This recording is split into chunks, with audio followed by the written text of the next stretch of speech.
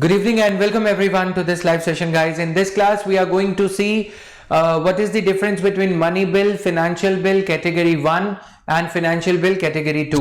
This will take us around 45 minutes to 1 hour. So let's get started with it. Let me just check if the streaming is fine. Only then will I be able to proceed. Yes, it's working fine. So I hope it's working fine at your end as well.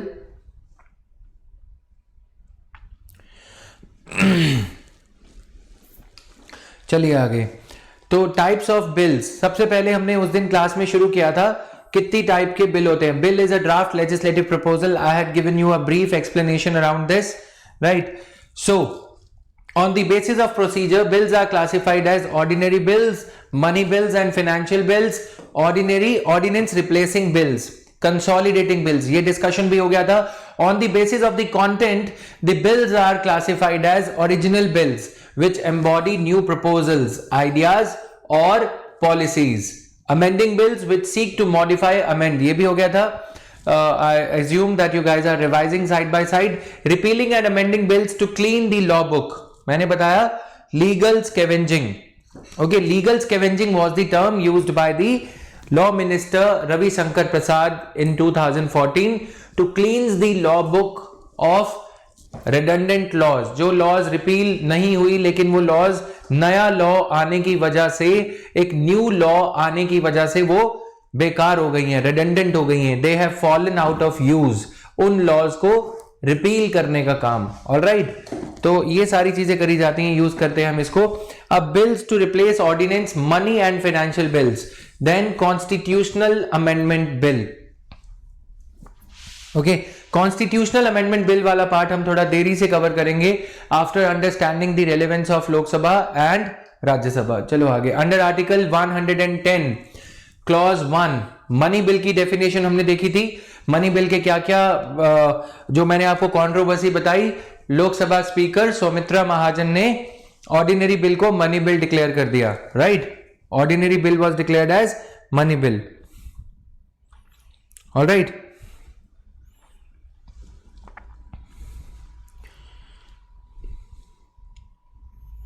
so this is there. Now just 1 minute, guys.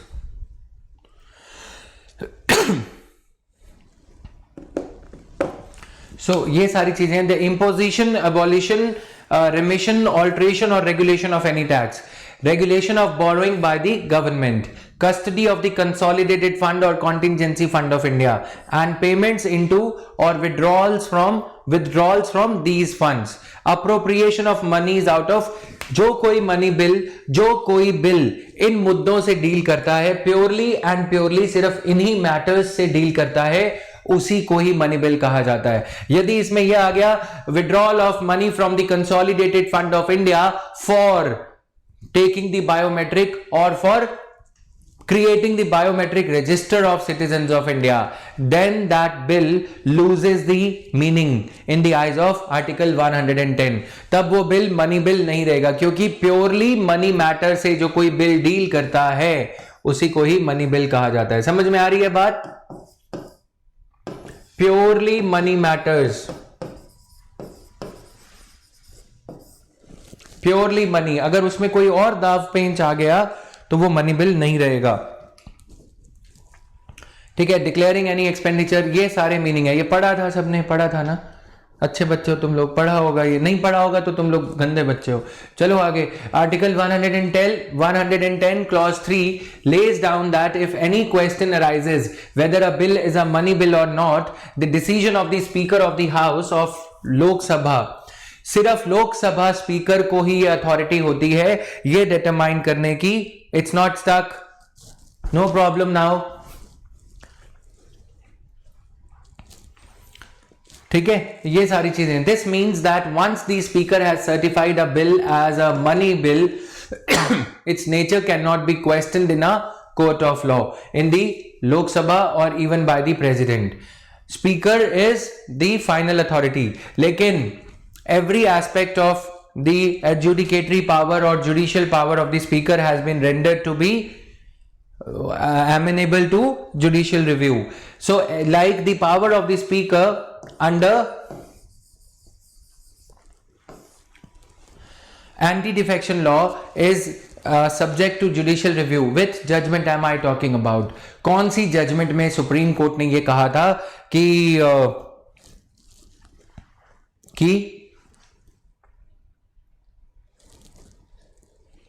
Speaker की power is subject to judicial review. Speaker's power under anti-defection law is subject to judicial review. कौन सी judgement में कहा था? जिन्हें पता है वो नहीं बोलेंगे। टेलीग्राम पे पर्सनल में मैसेज करो तुम लोग, जिन लोगों को पता है। पर्सनल मतलब जतिन वर्मा 0509 पे।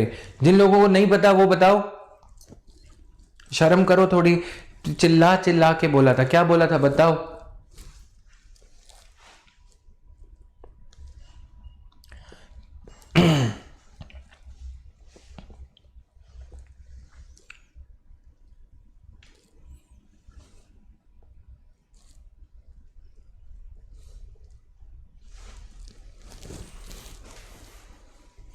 अगर तुम ऑफलाइन क्लास में होते और कैमरा ना चल रहा होता तो मैं जो बोलता फिर तुम सोचते कि हो तो कहो तो, चुप रहो तो हो जाता तुम्हारा। Now under article 109 clause 1 a money bill cannot be introduced in Rajya Sabha.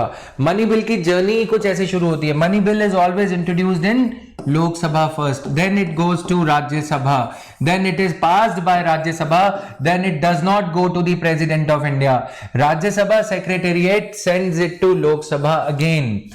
Prelims में क्वेश्चन पता है क्या पूछा जाता है? मनी बिल के ऊपर वो क्वेश्चन नहीं पूछे जाते जो बुक्स में लिखे हैं। प्रीलिम्स में क्वेश्चन ये पूछा जाता है कि money bill after being passed by Lok Sabha, after passed by Rajya Sabha, what is the journey of the money bill?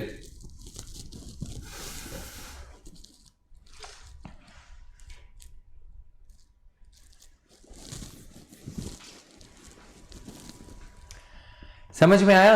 Lok Sabha secretariat, money bill is sent to the president by Lok Sabha secretariat. समझ में आया गाइज?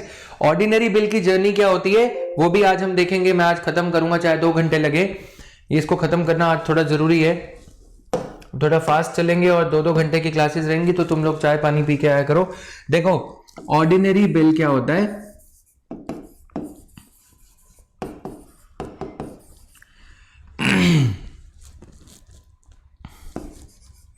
concerned ministry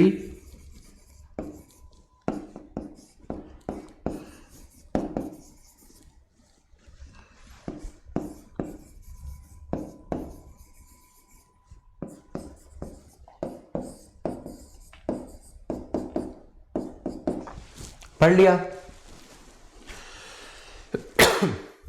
अगर law, अगर crime से related bill है तो कौन सी ministry है? Ministry of home affairs. अगर मिनिस्ट्री ऑफ, अगर विमेन एंड चाइल्ड डेवलपमेंट से रिलेटेड मैटर है तो हम यहां पे ले लेते हैं MOWCD। ठीक है, कंसर्न मिनिस्ट्री ने ड्राफ्ट बनाया and then that draft goes to law ministry for legal vetting. Draft is sent to legal ministry, law ministry. ठीक है,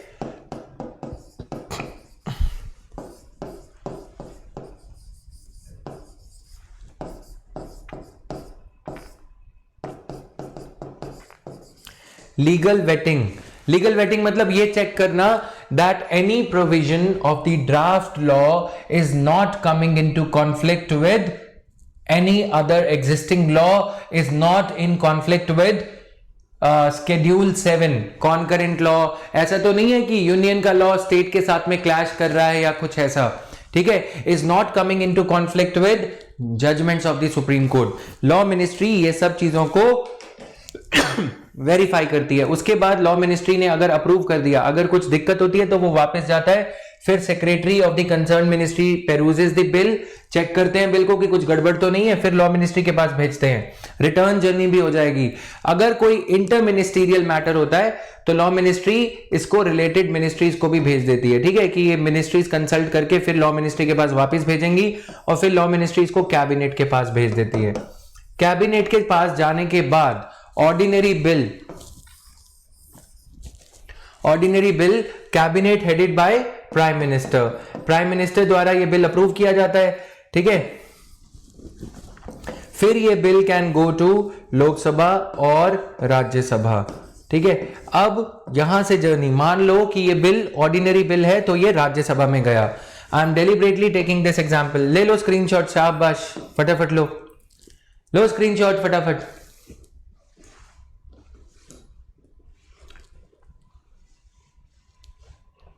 डन। और स्क्रीनशॉट लेना है, किसी की सेल्फी नहीं, कोई फोटो नहीं लेनी है, जल्दी लो। चलो नाउ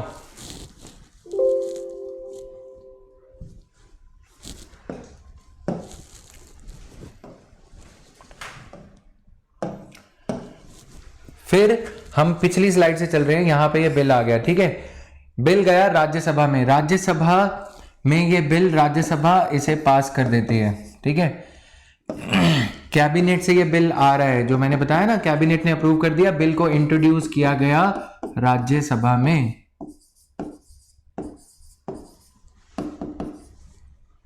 ठीक है, इंट्रोड्यूस्ड इन राज्यसभा। अब ये बिल राज्यसभा में इंट्रोड्यूस होने के बाद कहां जाएगा, राज्यसभा ने पास कर दिया, वोटिंग हुई, सब कुछ हुआ, पास किया, तो ये बिल लोकसभा में जाएगा। लोकसभा ने अगर कुछ अमेंडमेंट्स करी,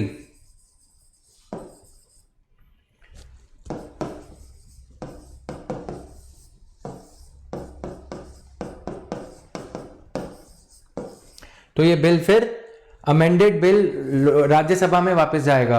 राज्यसभा ने इन अमेंडमेंट्स को अप्रूव कर दिया, ठीक है, अप्रूव कर दिया, तो ये लोकसभा में जाएगा, नहीं जाएगा, ठीक है, तो ये ध्यान देना है आपको, ये फिर लोकसभा में नहीं जाएगा।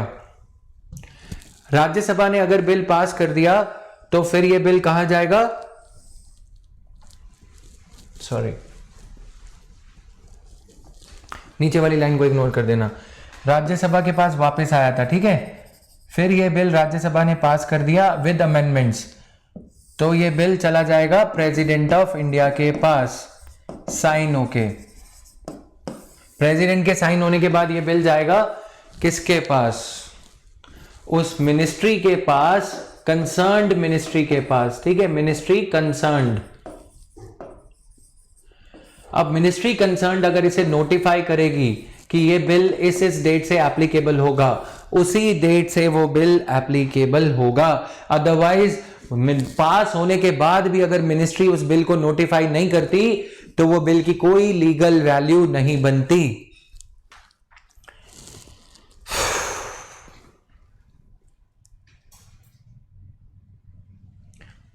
नहीं Saket, we were waiting for you, ribbon कटाना के लिए तुम्हारे लिए वेट कर रहे थे, right. You started with the passage of the bill as a topic, समझ में आया। ऑर्डिनरी बिल के बारे में बात हो रही है, कंसर्न्ड मिनिस्ट्री, सबको समझ में आ जाना चाहिए। MOWCD ने ड्राफ्ट प्रिपेयर किया, लॉ मिनिस्ट्री के पास हर बिल को भेजा जाता है, लॉ मिनिस्ट्री ये चेक करती है कि whether this bill is in compliance with other laws, फिर ये बिल को कैबिनेट के पास भेजा जाता है, कैबिनेट अगर इसे अप्रूव कर देती है तो लोकसभा या राज्यसभा, ये बिल ऑर्डिनरी बिल है तो कहीं भी इंट्रोड्यूस हो सकता है। हमने एग्जांपल लिया कि ये बिल राज्यसभा में इंट्रोड्यूस हुआ, राज्यसभा में इंट्रोड्यूस हुआ, राज्यसभा ने बिल को पास किया, लोकसभा ने बिल में अमेंडमेंट्स कर दी। मैंने जान के ये एग्जांपल लिया है अमेंडमेंट्स वाला।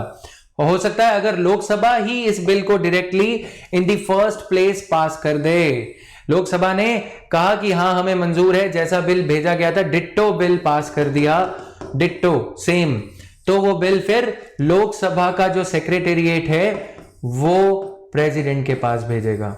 लेकिन अगर ऑर्डिनरी बिल में कोई चेंजेस करी गई किसी भी हाउस द्वारा तो वो बिल वापस उस दूसरे हाउस में चला जाएगा जहां से वो ओरिजिनेट हुआ था। Originating house will then send it to, इनका जो सेक्रेटेरिएट है, अटैच कर रहा हूं इसलिए यानी कि सेक्रेटेरिएट है, that secretariat will transfer the bill. वो हम Twinkle is asking about the standing committee stage. I'm just telling you the ordinary journey between the two, ordinary journey of the bill between the two houses.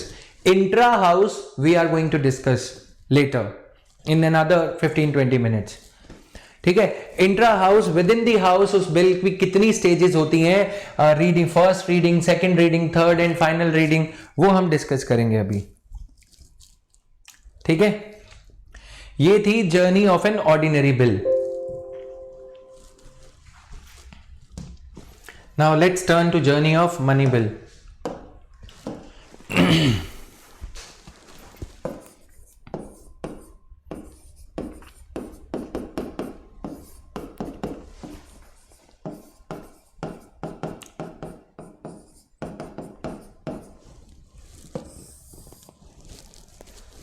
Journey of money bill.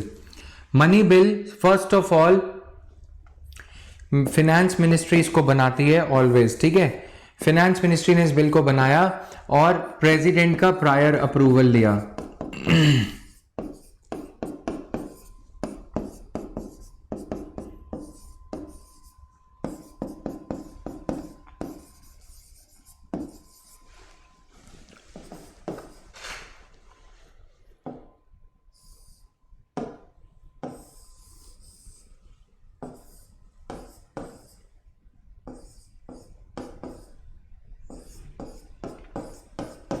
Lok Sabha secretariat में speaker बैठते हैं, ठीक है. Speaker ने इस पे label लगा दिया that it is a money bill. अब ये लोकसभा में गया, ये लोकसभा है, सेक्रेटेरिएट के साथ में लोकसभा बड़े वाला हाउस अटैच्ड, ठीक है.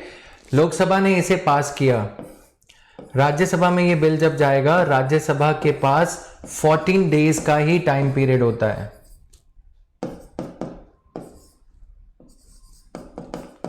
14 डेज लिमिट. अगर 14 day Rajya Sabha can not vote,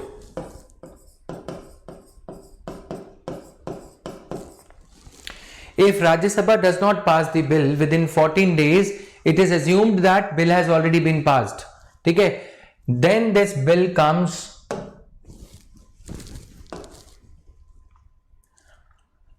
back. Bill has to come back to Lok Sabha within 14 days. Rajya Sabha cannot vote. Rajya Sabha can only discuss the bill.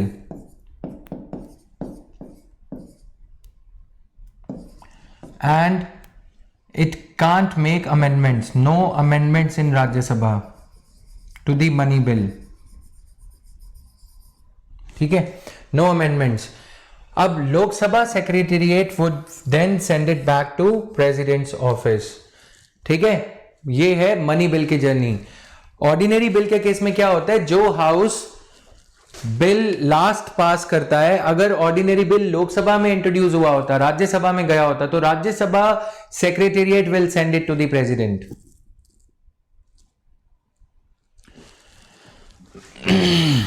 Clear.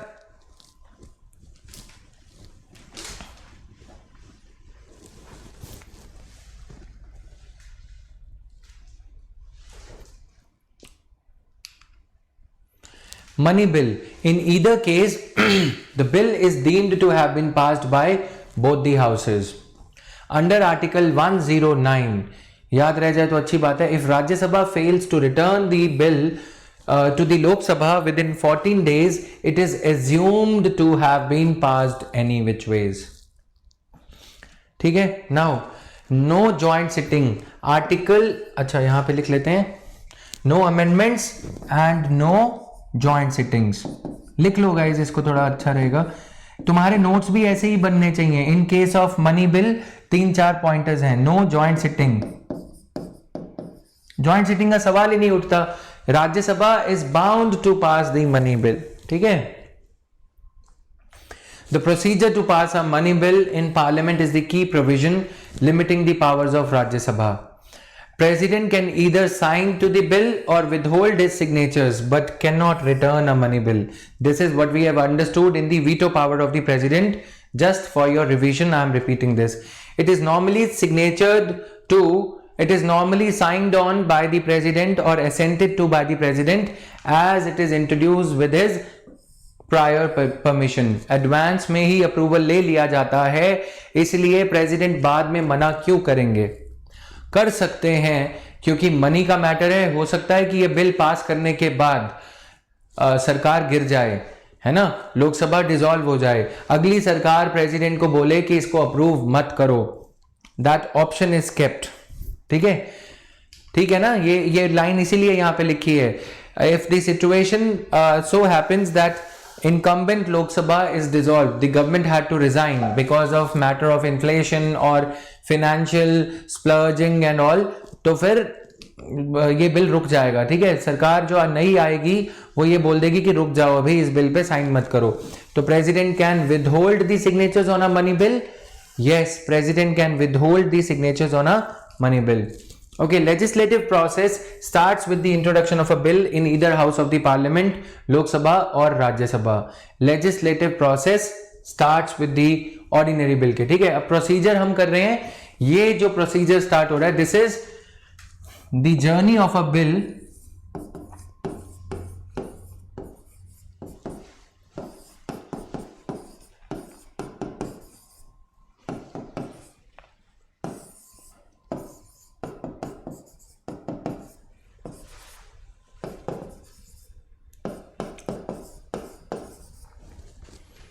the journey of any bill within a single house, within the particular house, within a particular house, Lok Sabha or Rajya Sabha. Legislative process starts with the introduction of a bill in either house of the parliament. A bill can be introduced either by a minister or a private member. Who is a private member?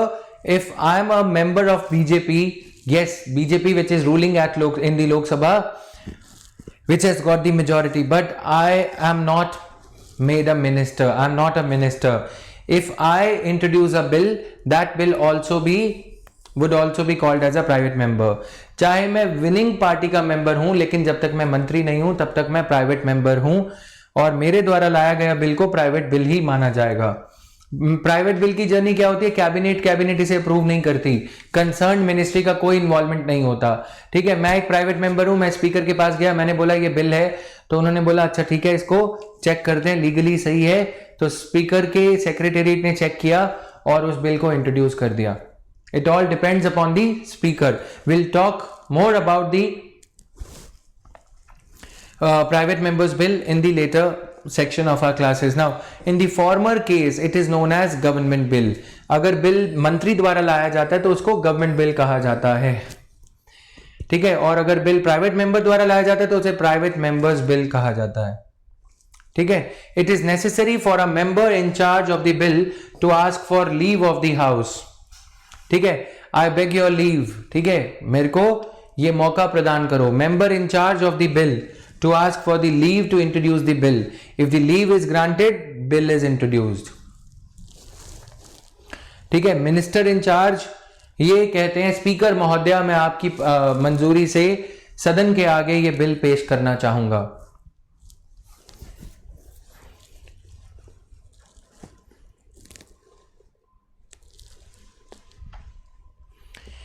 Arshika's question is, can Rajya Sabha suggest amendments to the bill? Yes, Rajya Sabha can suggest amendments to money bill.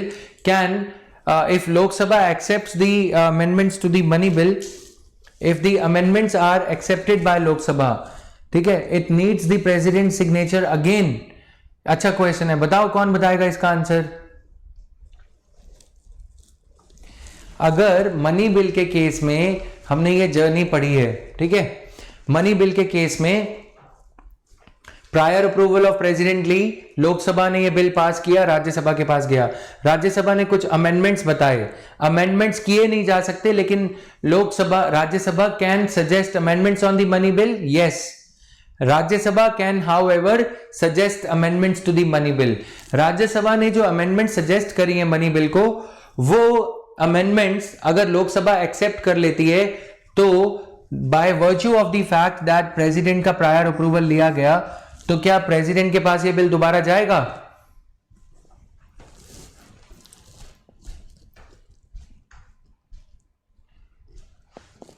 बताओ, सारे answer करो, थोड़ा दिमाग लगाओ। Answer is no, क्योंकि any which ways ये bill दोबारा से प्रेसिडेंट के पास जाएगा ही, ठीक है। यही एक रीजन है कि दोबारा से प्रेसिडेंट के पास बिल भेजने का प्रोसेस रखा गया है। क्लियर?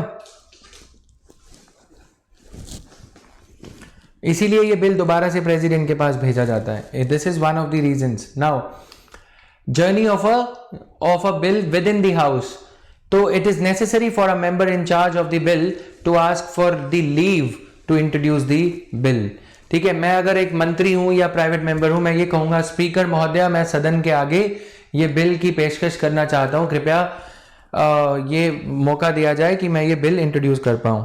ठीक है, तो ये सिंपल सा एक फॉर्मेलिटी होती है।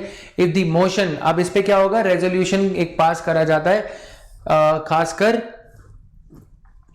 प्राइवेट मेंबर्स बिल के केस में। If the motion for leave to introduce a bill is opposed, ठीक है, ये सेयर्स एंड ने सेयर्स, अगर ने सेयर्स ज्यादा हो, ना बोलने वाले ज्यादा हो, speaker may in his discretion allow brief explanatory statement to be made by the member. Speaker को यदि अच्छा लगे कि बिल तो अच्छा लग रहा है, तो speaker can allow the member, ठीक है, कि आपको क्यों ये बिल नहीं, जो दोनों के बीच में एक जो है स्टेटमेंट इशू करने को बोल दिया जाएगा, आपको ये बिल क्यों अच्छा नहीं लग रहा है। दूसरी साइड को बोला जाएगा member in charge of the bill, जो ये बिल इंट्रोड्यूस कर रहे थे, कि आप इस बिल में खास क्या लेके आए हैं, what is so special about this bill that we should allow you to introduce the bill. ठीक है, where a motion for leave to introduce the bill is opposed on the ground that bill initiates legislation outside the legislative competence of the house, speaker may permit a full discussion।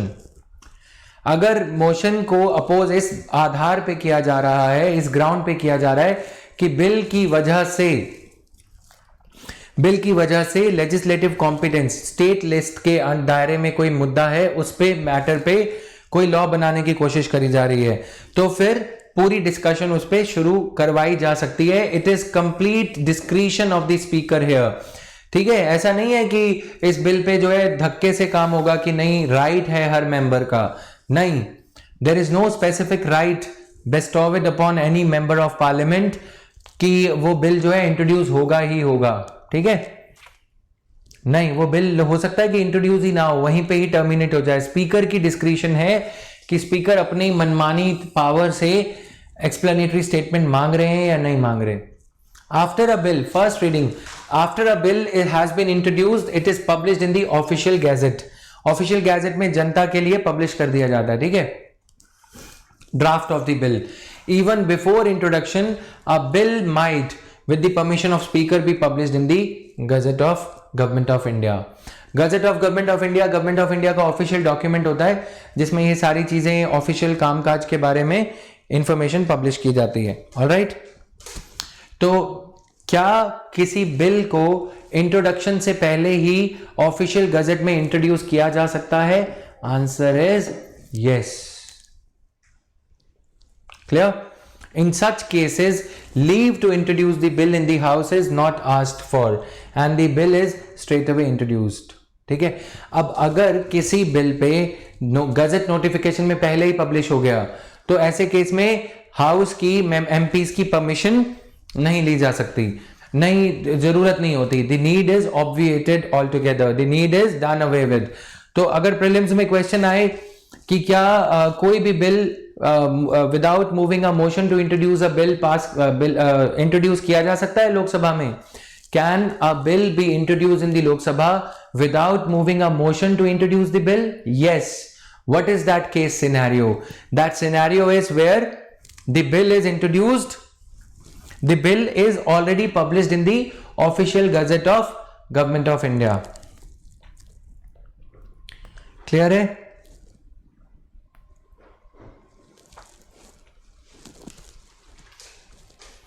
The introduction of the bill and introduction in the house, Lok Sabha भी हो सकती है, राज्यसभा भी हो सकती है, both Lok Sabha. Ordinary bill के case में दोनों में से कोई भी हाउस हो सकता है। ठीक है, ऑर्डिनरी बिल का केस हम डिस्कस कर रहे हैं। Introduction of a bill and its publication in the gazette, दोनों चीजें जब ऐड हो जाती है, intro plus publication, then it is called as first reading.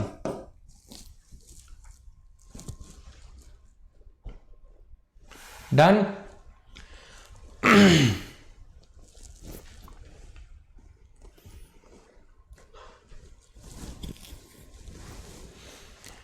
No, it hasn't become an act by then. देखो, वो जो गजेट वो नोटिफाई किया जा रहा है, ठीक है, ये बिल जो है जब पास हो गया है, वो वाली नोटिफिकेशन अलग है, ये एक्ट को नोटिफाई करना है। ठीक है, ये बिल नहीं है, एक्ट को नोटिफाई करना है। Notification, there is a difference between notification of a bill and notification of an act. Notification of an act carries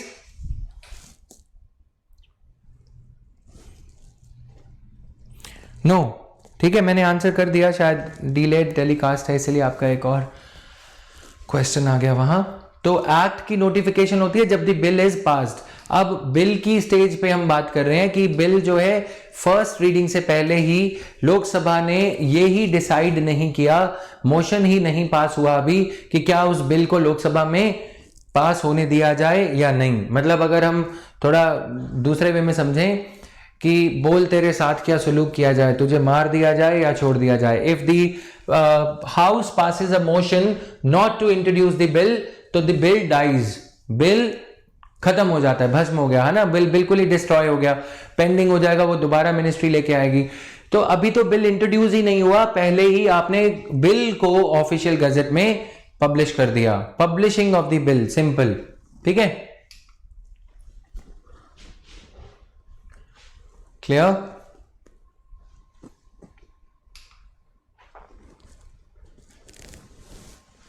EIA draft is not a bill.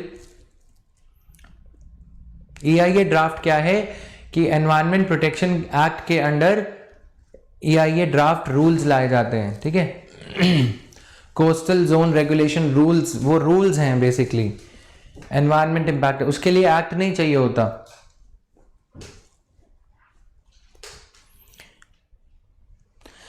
आम जनता को तो यही नहीं पता गजट क्या होता है, ठीक है। उन्हें आजकल पहले वो वाली आम जनता को आज भी वो कसट पे अटकी है, ठीक है ना, वो रील वाली कसट। गजट किनको, तुम्हें पता था गजट क्या होता है? यूपीएससी की नोटिफिकेशन के टाइम एम्प्लॉयमेंट न्यूज में सुना हो तो वो अलग बात है। हाँ, आप जो बोल रहे हो this will create confusion among आम जनता, तो बिल और ये सब चीजें जो है वो आम जनता वैसे नहीं पढ़ती, लेकिन यहाँ पे बिल लिखा है, ठीक है, फिर भी यहाँ पे बिल लिखा है, it's pretty clearly mentioned here, alright.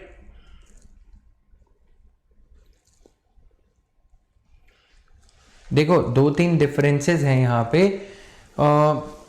Publication in the gazette, publicise किया जा रहा है, वो तो आजकल वेबसाइट पे किया जाता है। वैसे ये गजट में पब्लिकेशन का मतलब ये है, एक फॉर्मल वर्ड यूज करते हैं कि हाँ अब मिनिस्ट्री का जो ड्राफ्ट स्टेज पे जब लॉ बन रहा होता है ना, बच्चों सुनो मेरी बात, जब लॉ बन रहा होता है तो बिल को गोपनीय रखा जाता है, सीक्रेट रखा जाता है। आजकल ये हो रहा है कि कुछ कुछ बिल जो हैं कंसल्टेशन के साथ में बनाए जाते हैं। गोपनीय क्यों रखा जाता है? लॉबिंग होती है, सीक्रेट रखा जाता है, ड्राफ्ट डेटा प्रोटेक्शन लॉ। अब अगर उसको आप फेसबुक के साथ डिस्कस करने लगो तो फेसबुक क्या बोलेगा? नहीं नहीं नहीं, क्लॉज नंबर 420 को हटा दो यहां से। क्लॉज नंबर 420 ये कह रहा है कि लोकली डेटा स्टोर किया जाएगा फेसबुक के द्वारा, इंडिया के सर्वर्स डेडिकेटेड होने चाहिए, इंडिया बेस्ड सर्वर्स होने चाहिए। फेसबुक ये बोलेगा सेक्शन 420 को हटा दो, हम तुम्हारे स्विस बैंक अकाउंट नंबर में 420 करोड़ रुपए जमा करवा रहे हैं। पहले से ही लॉबिंग हो जाएगी। पब्लिकेशन इन दी गजट मतलब मिनिस्ट्री की वेबसाइट पे गजट नोटिफिकेशन जो अखबार से भी गंदा पेपर होता है उस पर पब्लिश किया जाता है, ठीक है, उस सब में लिख दिया जाएगा। तो वो सारी चीज़ें हैं, उसमें लिखा जाता है कि भारत सरकार अब ये काम कर रही है, क्लियर, दैट्स इट, वेबसाइट पे। और फिर उसका ड्राफ्ट जो है सबको सर्कुलेट करने की आज़ादी मिल जाती है, एमपीज को, एनालिस्ट्स को, ये सारी चीज़ों को, ठीक है। नाउ कमिंग हियर, ठीक है, अब ये first reading. Second reading consists of consideration of the bill. यहाँ पे सिर्फ पब्लिसाइज है, बट ये देखना है, नोटिफाई का मतलब डिफरेंट होता है। यूपीएससी नोटिफाइज 700 वैकेंसीज, वो नोटिफिकेशन है, ठीक है, वो एक अलग चीज है कि अब फाइनली नोटिफाई कर दिया है। Second reading consists of consideration of the bill which is in 3 stages itself. Second reading is the most important stage in the passage of the bill. It is like life and death वाला matter यहाँ पे है bill का, ठीक है। Every threadbare analysis of the bill is done at this stage. Most important, याद रखना guys, most important. Second reading, ठीक है। The first stage consists of general discussion on the bill as a whole. When the first, इसके under first stage है। अब second reading stage 1 principle underlying the bill, bill का सिद्धांत क्या है, आदर्श क्या है, ये मतलब है यहाँ पे, ठीक है। Then underlying the bill is at this stage it is open to the house to refer the bill to a select committee. कौन था यहाँ पे अभी? ट्विंकल, ठीक है, select committee of the house or a joint committee of the two houses. Joint committee भी बनाई जा सकती है और सिलेक्ट कमेटी भी बनाई जा सकती है, और to circulate it for the purpose of eliciting opinion thereon or to straight away take it into consideration. Second stage consists of clause by clause discussion. Her provision इसका डिस्कस किया जाता है threadbare. Consideration of the bill as introduced or as reported by select or joint committee. ठीक है, पढ़ो इसको एक बार.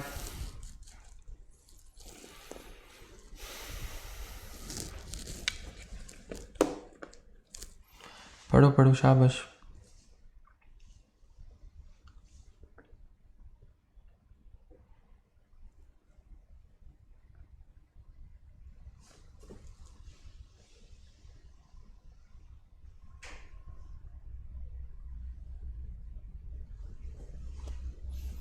Read it carefully, clause by clause, और ये सब पे नोट्स बनाते टाइम ध्यान रखना है तुम्हें. क्लॉज बाय क्लॉज डिस्कशन कहाँ होता है? Second reading. कौन सी स्टेज? First stage. ठीक है,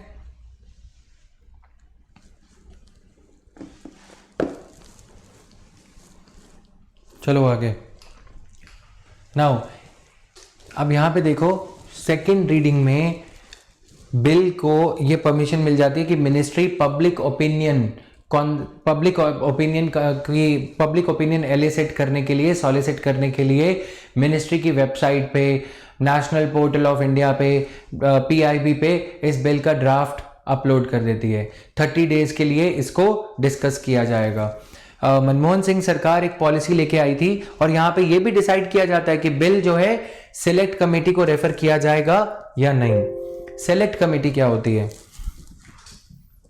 प्री लेजिस्लेटिव कंसल्टेटिव पॉलिसी को भी डिस्कस करेंगे.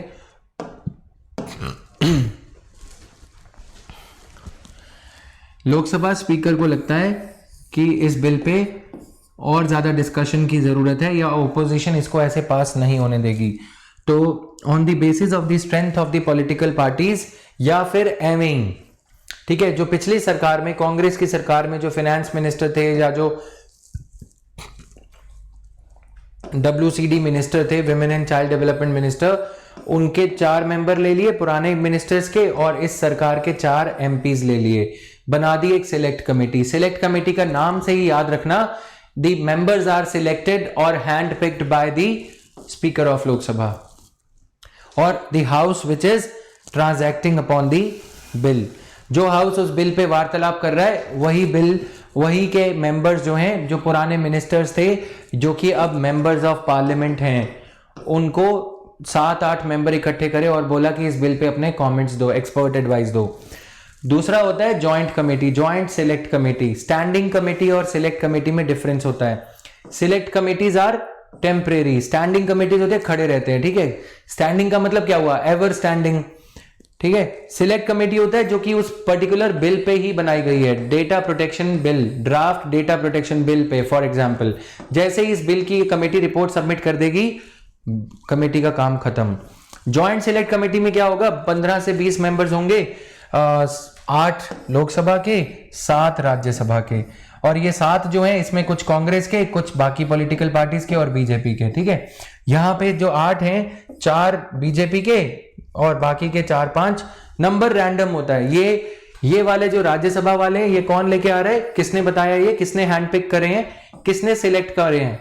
राज्यसभा चेयरपर्सन ने. ये वाले जो 8 हैं वो लोकसभा स्पीकर ने. ठीक है, अब ये कमेटी क्यों ज्वाइंट लगाई जा रही है? क्योंकि बवाल खत्म करना है. अब राज्यसभा में ये बिल जाएगा तो राज्यसभा की ज्वाइंट सिलेक्ट कमेटी की रिकमेंडेशंस होंगी और उनको इंप्लीमेंट किया जाएगा या नहीं, ये गवर्नमेंट पे डिपेंड करता है, मिनिस्ट्री पे डिपेंड करता है कि मिनिस्ट्री उन रिकमेंडेशंस को इंप्लीमेंट करेगी या नहीं. Select committee is an ad hoc committee. Ad hoc, आगे इन पे पूरी एक PPT है जो कि शेयर कर दूंगा मैं. एड हॉक, ठीक है. This is an ad hoc committee, यानी कि एक पर्टिकुलर पर्पस के लिए। स्टैंडिंग कमेटीज जो होती हैं वो परमानेंट होती हैं। सिलेक्ट कमेटी का काम होता है एक पर्टिकुलर बिल या एक पर्टिकुलर पॉलिसी मैटर को डिस्कस करना। Clear? Second reading is the most important reading, ये हमने देख लिया। सेकेंड रीडिंग की first stage consists of number 1, ध्यान से पढ़ते हैं, general discussion yes of the bill as a whole. ठीक है, general discussion on the bill as a whole. और उसके बाद principle underlying the bill, point to be memorized, these points are to be memorized for your prelims. Principles underlying the bill, number 2. At this stage it is open to the house to refer the bill to select committee. ठीक है, can the bill be referred to select committee? Point number 3, yes.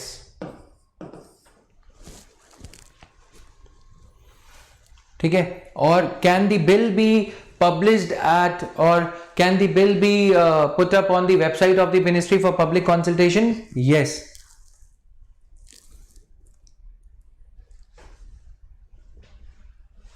हर बार करी जाती है ये, ऐसा नहीं है कि बहुत पहले फॉर्म करी गई थी। These are not like second ARC और पंची commission, these are a regular affair। ठीक है, सिलेक्ट कमेटी वाला जो मैटर है ये हर 2-3 महीने में होती रहती है, बिल के ऊपर डिपेंड करता है। ठीक है, और ये सारा कुछ हो गया, टेक इनटू कंसिडरेशन। और सेकंड स्टेज, अब सेकंड स्टेज, फर्स्ट स्टेज में हम क्या करते हैं, 3 काम करते हैं, याद रख लोगे। प्रिंसिपल्स की बात करते हैं, जनरल डिस्कशन करते हैं, मतलब ये क्या है, बोल बच्चन है। सेकंड स्टेज पे, सेकंड रीडिंग की सेकंड स्टेज पे क्लॉज बाय क्लॉज डिस्कशन होता है। ठीक है, क्लॉज बाय क्लॉज डिस्कशन, यहां पे जनरल डिस्कशन था। सेकंड स्टेज में थोड़ा और इन डेप्थ जाते हुए सेकंड रीडिंग की सेकंड स्टेज में we are digging deeper into the bill of the bill, और एज रिपोर्टेड। अब सेकंड स्टेज पे कमेटी की, जॉइंट सिलेक्ट कमेटी या सिलेक्ट कमेटी की रिकमेंडेशंस को भी डिस्कस किया जाता है। Done. Clause by clause discussion of a bill is done at which stage? Second reading second stage. ठीक है, if a bill is refer to अब यहां पे सिलेक्ट कमेटी की जगह स्टैंडिंग कमेटी को बिल रेफर किया जा सकता है। If the bill is refer to standing committee, the committee shall consider the general principles and clauses of the bill refer to them. अब सिलेक्ट कमेटी या क्या करती है सिलेक्ट कमेटी? जरूरी नहीं है कि standing committee, it is not necessary that we should first form a select committee for referring the bill to standing committee. No, bill could straight away be referred to standing committee. There is no legal need to first refer the bill to select committee and then to standing committee. Bill could straight away at the second reading, second stage be sent to standing committee. However, clauses जो refer करे जाते हैं, जिन पे विवाद होता है, जिन पे discussion होता है सेकंड रीडिंग सेकंड स्टेज पे, उन्हीं क्लॉजेस पे पार्लियामेंट्री स्टैंडिंग कमेटी को कहा जाता है कि आप अपना टिप्पणी करें, कमेंट दें। Committee can also take expert opinion, yes, standing committees can take expert opinion of CAG, of Price Waterhouse Coopers और एनी कंसल्टेंसी फर्म। ठीक है, अर्नस्ट एंड यंग या कोई भी, मैकिन्जी एटसेट्रा। और दी पब्लिक ओपिनियन, पब्लिक की जो website पे कमेंट्स आते हैं उनको भी committee newspaper, main stream media के कमेंट्स को भी अपने कॉग्नाइजेंस में, संज्ञान में ले सकती है। The committee submits its report to the house. ठीक है, after the bill has thus been considered, standing committee या हाउस को अपनी कमेटी रिपोर्ट देती है। Report of the committee being of persuasive value shall be treated as considered advice given by these committees. लेकिन इन committee की reports को आजकल नजरअंदाज किया जाता है। दीज कमेटीज आर, होता क्या है ना, ये कमेटीज का फायदा क्या है?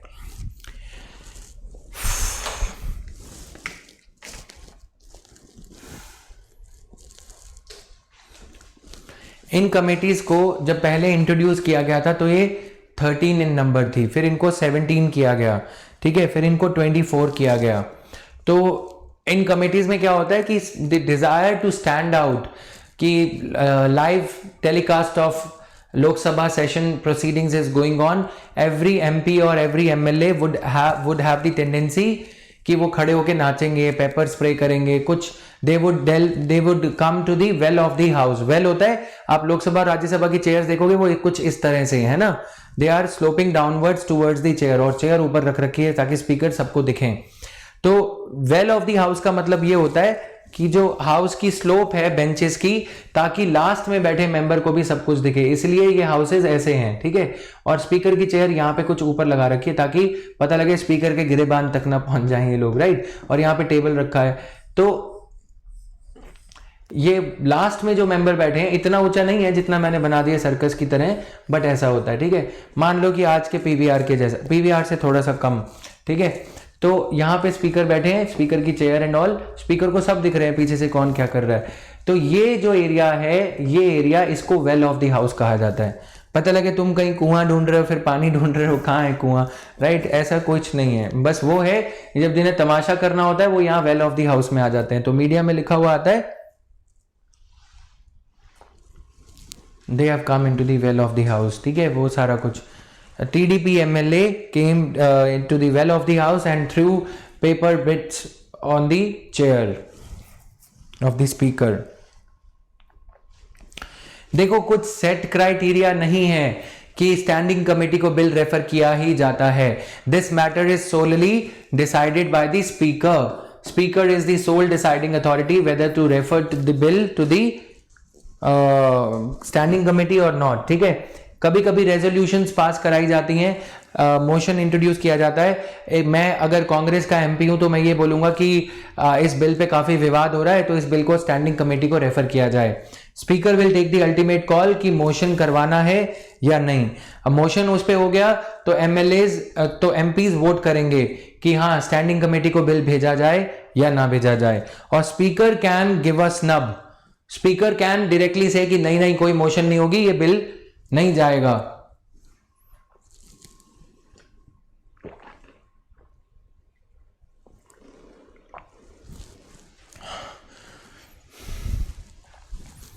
कि we will not refer this bill to standing committee, ठीक है। जरूरी नहीं है कि ये हर बिल भेजा जाए। There is no set criteria for sending और otherwise not sending a bill to the house. Clear? Done है। अब देखो मैं एक छोटी सी चीज बता रहा हूं कि why are these bills, questions कैसे आ सकते हैं।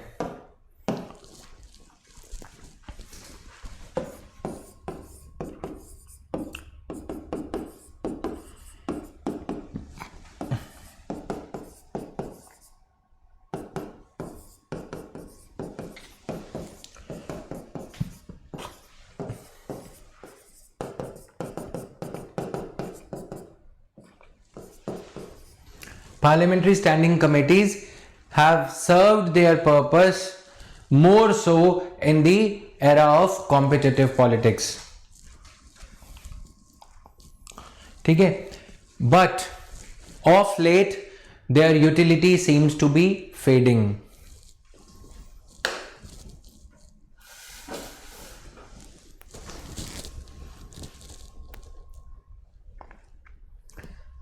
Parliamentary standing committees have served their purpose, जिस मंशा से उनको बनाया गया था उन्होंने अपना काम विधि तरीके से एक्सपेक्टेशन से पूरा किया। लेकिन ऑफ लेट, अभी के हाल में of late their utility seems to be going down.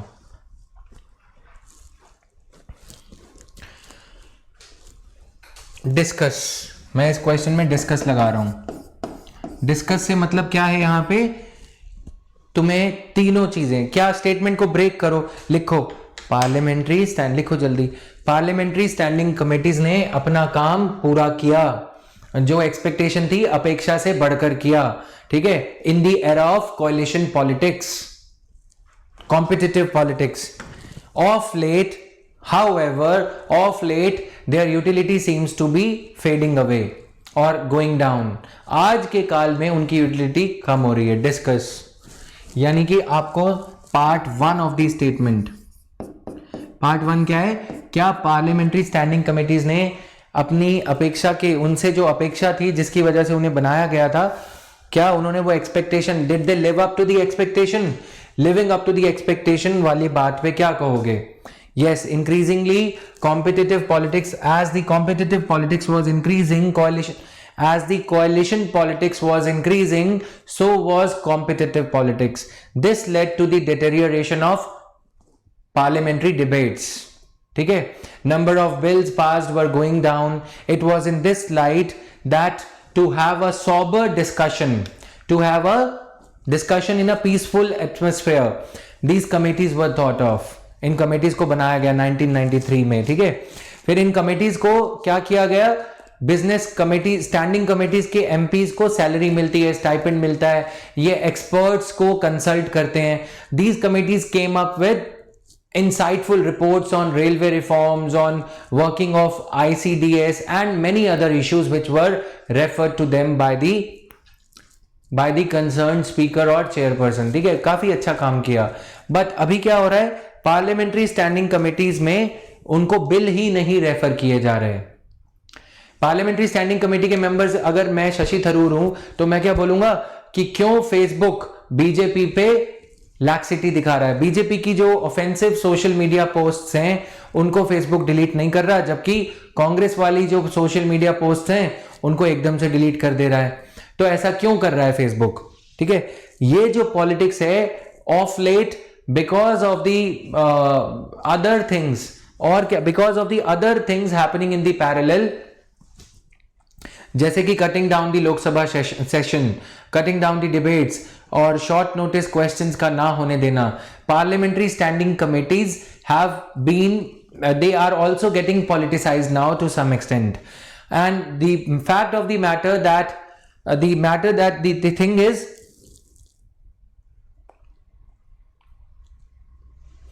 the problem is कि ये कमिटीज जो है इनको बिल्स रेफर ही नहीं किए जा रहे. सबसे बड़ा इंपेडिमेंट तो ये है, that is why of late they are not able to perform up to the expectation. दूसरा रीजन ये है कि बाकी जगह पे काम नहीं किया जाने दे रहा. जैसे अभी पार्लियामेंट्री स्टैंडिंग कमेटीज को ये कहा कि आप कोविड-19 में भी काम नहीं कर सकते. Parliamentary standing committees they made certain revelations to media. ठीक है, तो उनको बोला गया कि आप अपनी चेयरपर्सन राज्यसभा, यानी कि बीजेपी के चेयरपर्सन राज्यसभा को यह कहना पड़ा कि you can not interact with the press. These kind of obstacles when combined with the impact of other obstacles created in the way of effective functioning of the parliament, short notice question और other चीजें, cutting short of Lok Sabha session, Rajya Sabha session, passage of a bill as money bill, they are crippling the effectiveness of parliamentary standing committees. थोड़ा सा समझ में आया? In these committees, government employees appointed or private experts. In these committees, MPs are there. वो MP जो शायद लोकसभा में हल्ला बोलते, पेपर स्प्रे करते और काम ना करने देते, वो MPs, क्योंकि यहाँ पे कैमरा रिकॉर्डिंग नहीं होती, कोई कैम कॉर्डर या कुछ नहीं चल रहा होता, तो वो लोग शांति से लोकसभा के जो बाकी के रूम्स हैं, ऑफिसेज हैं, या लीला होटल के जो रूम्स हैं, कॉन्फ्रेंस हॉल्स हैं, वहां पे आराम से बैठ के बातचीत से उन मुद्दों को सुलझा लेते हैं. Matters are discussed in the parliamentary standing committees on the basis of consensus oriented approach. अगर मोटर व्हीकल्स बिल में कुछ ऐसे प्रोविजंस हैं जिन पे कांग्रेस कॉम्प्रोमाइज नहीं करना चाहती, तो बीजेपी के एमपीज ये कहेंगे चलो ठीक है, हम इस बिल के इन बिंदुओं पे, इन पॉइंट्स पे जिन पे आपको प्रॉब्लम है कांग्रेस के एमपीज को, हम इनको रिमूव कर देते हैं अपनी रिपोर्ट में, लेकिन इन पे आपको अग्री करना होगा. ठीक है, इसमें पार्लियामेंट्री स्टैंडिंग कमिटीज में जो मेंबर्स जो चूज होते हैं, जो मेंबर्स अपॉइंट किए जाते हैं, नॉमिनेट किए जाते हैं स्पीकर या चेयरपर्सन द्वारा, वो कौन होते हैं? कौन होते हैं वो एमपीज होते हैं पॉलिटिकल पार्टीज के. And these berths are BERTHS. Membership of a parliamentary standing committee is given to the political parties on the basis of their electoral strength.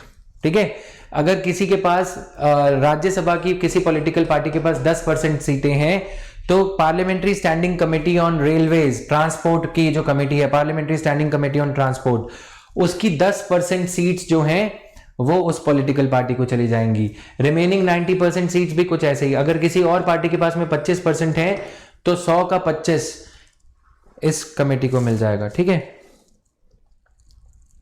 Yes मतलब बिल नहीं फाड़ते और मतलब पेपर स्प्रे नहीं करते और हल्ला नहीं बोलते, ठीक है। तो शांति से बैठ के बात करते हैं क्योंकि उन्हें पता है कैमरा नहीं है। तो ये सारी चीजें यहाँ पे शांति से डिस्कस कर लिया। गिव एंड टेक अप्रोच होती है क्योंकि वहां पे ये लोग दोस्त की तरह बात करते हैं, ठीक है, कि कल को हम पावर में आएंगे तो कॉम्प्रोमाइज हो जाता है वहां पे।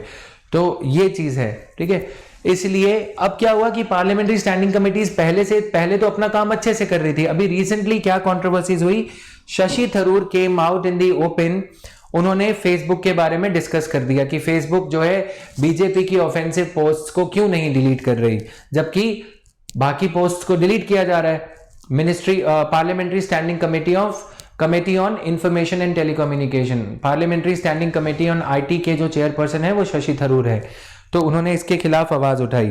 तो चेयरपर्सन राज्यसभा ने ये कहा कि आप प्रेस में जाके ये सब नहीं बता सकते कि आपने फेसबुक को क्या बोला और ये सब क्या बोला, ठीक है। तो closed door discussion is the principal is what chairperson Rajya Sabha said, कि आप दरवाजे के पीछे डिस्कशन करो, बाहर मत आओ, वरना लीला होटल वाला दरवाजा खोल दिया जाएगा। मतलब साफ था, right. Sunanda Pushkar case is pending now with the Delhi police. Here now, if a bill is referred to a standing committee, the committee shall consider the general principles and clauses of the bill referred to them. First ARC ने, जो लोग public administration वाले हैं, first ARC said that जिस तरह से 17 parliamentary standing committees बनाई गई हैं, उसी तरह से जिस तरह से 24 पहले 17 थी, ठीक है, फिर इनका नंबर और बढ़ा दिया गया, 7 और पार्लियामेंट्री स्टैंडिंग कमेटीज हैं।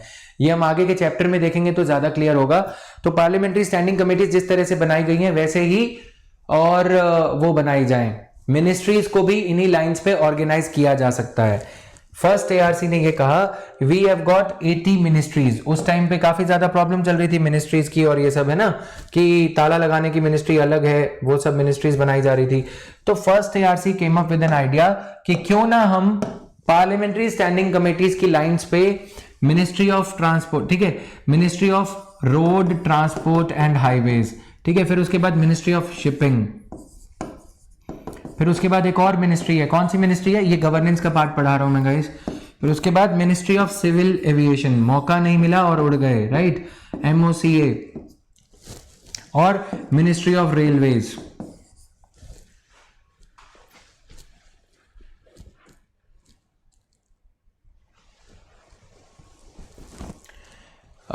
Not even a single frame has dropped from my side. Okay, Abhishek, you can watch the recorded session.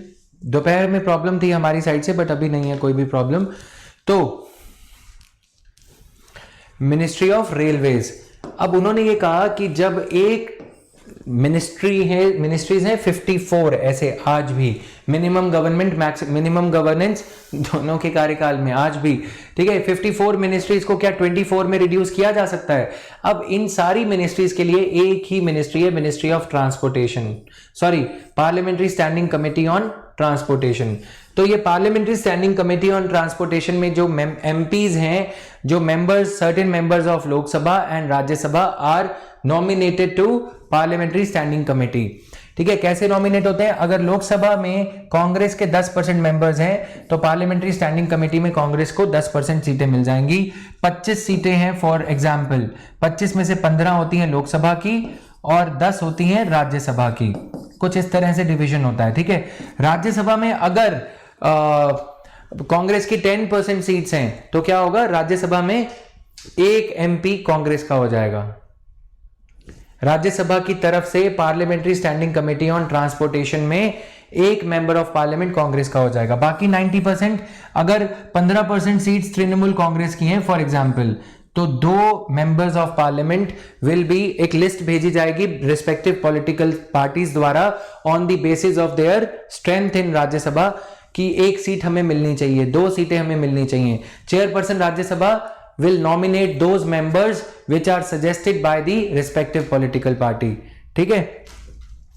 तो अब सवाल ये उठता है कि रीऑर्गेनाइजेशन ऑफ मिनिस्ट्रीज क्या होना चाहिए, एक ये भी सवाल आ गया। फिर फर्स्ट ARC ने ये कहा कि क्यों ना हम 17 मिनिस्ट्रीज हैं तो 17 मंत्रालय बना दो, 24 ये पार्लियामेंट्री स्टैंडिंग कमेटीज हैं।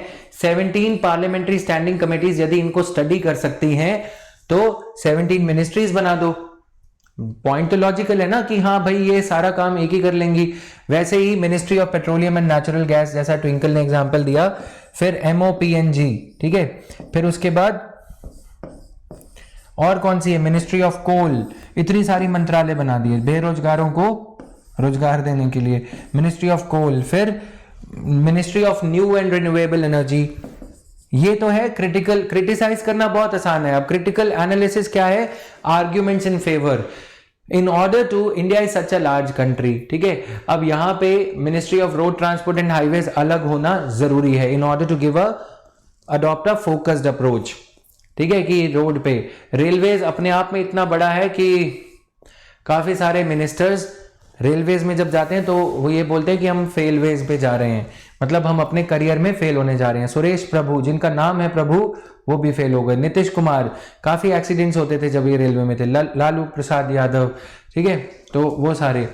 लालू प्रसाद यादव वाज, देखो, the only minister who could be successful in railways was Lalu Prasad Yadav. So you could well imagine how difficult it is to run this ministry. समझ रहे हो ना?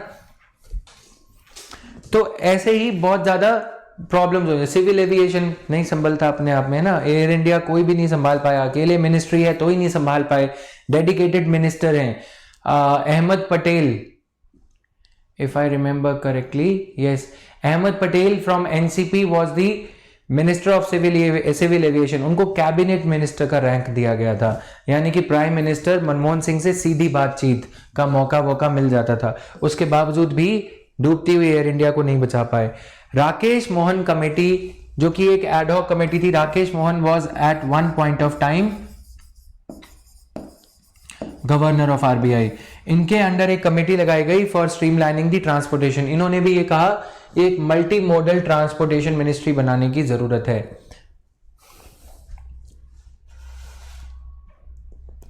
क्लियर? ऐसे मत बोलो नितेश, साकेत सुन लेगा। कमिंग हेयर, स्क्रीनशॉट ले लेगा वो तुम्हारे कमेंट का। पता लगा तुम IAS में और तुम्हारा स्क्रीनशॉट डाल दिया उसने, कहां?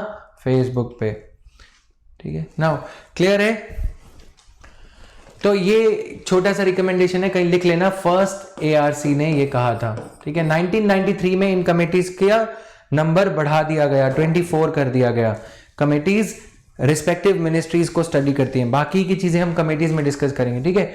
अब आते हैं वापस सेकेंड स्टेज पे, हम कवर कर रहे थे report of committee works as has got a persuasive value, ठीक है। Third stage, discussion takes place on each clause, it is not binding. Yes, Garib Rath भी इंट्रोड्यूस किया, जो कि AC चलता है जिसमें, है ना।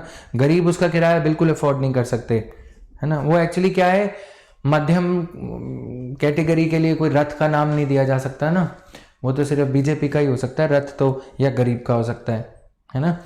तो इसीलिए वो क्या कहते हैं, मध्यम श्रेणी रथ नहीं कहा जा सकता। मिडिल क्लास या लोअर मिडिल क्लास या अपर मिडिल क्लास वालों के लिए है वो ट्रेन।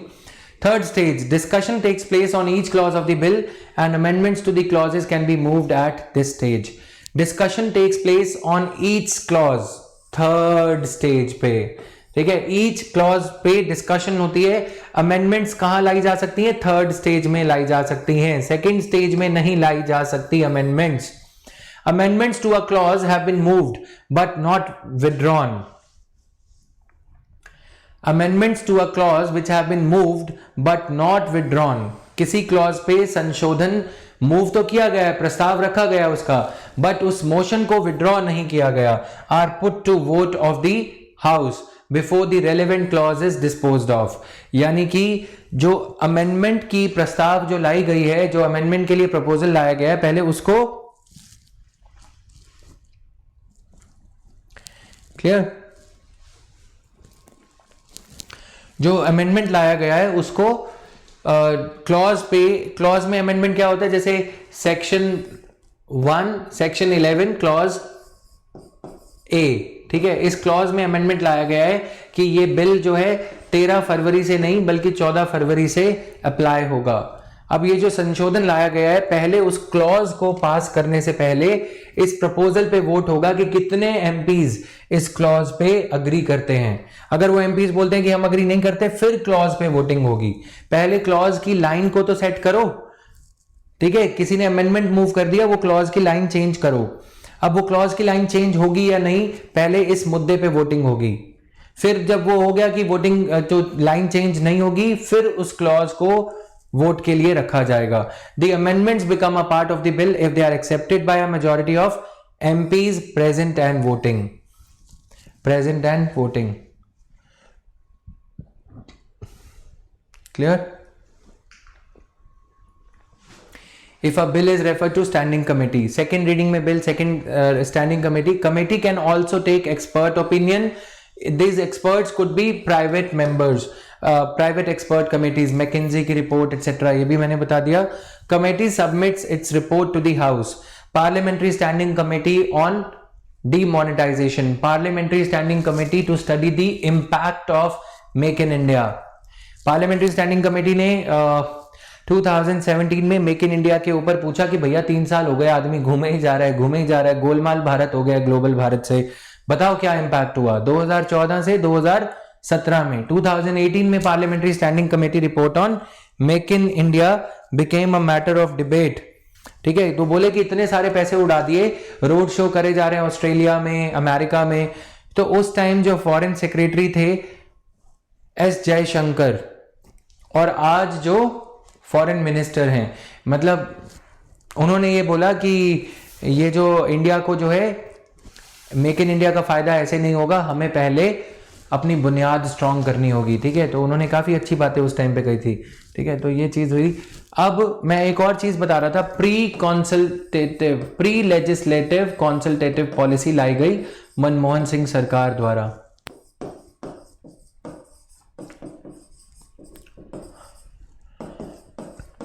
तो जो मैंने क्वेश्चन लिखवाया था उसमें ये लिखोगे 2010 प्री लेजिस्लेशन लाने से पहले कॉन्सल्टेटिव पॉलिसी।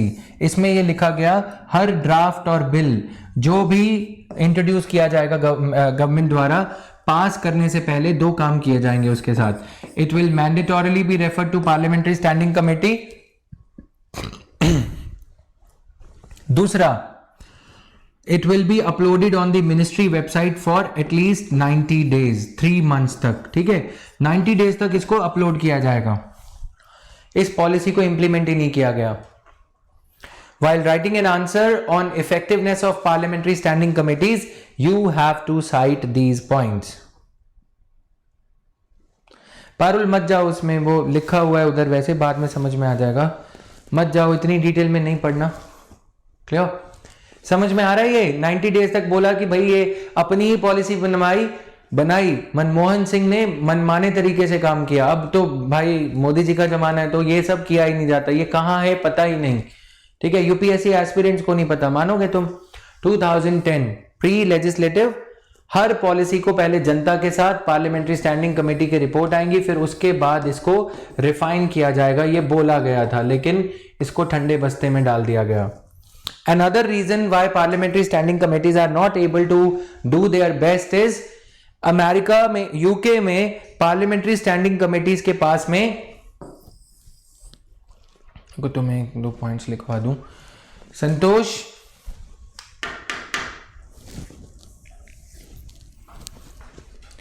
वो जो 1 मिनट रुकना guys, I'll have to show him the pic.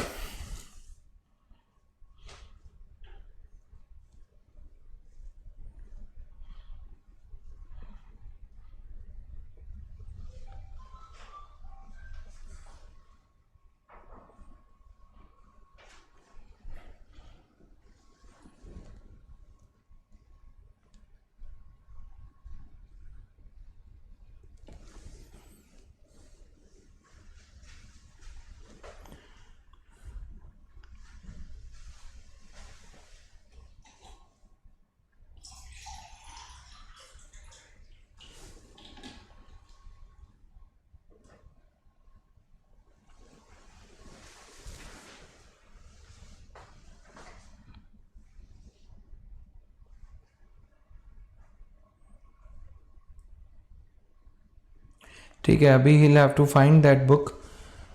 जो एक लाल रंग की बुक थी ना, रेड कलर की, जो मैंने बोला था संभाल के रखना, 2-3 बुक्स थी, बुला दो.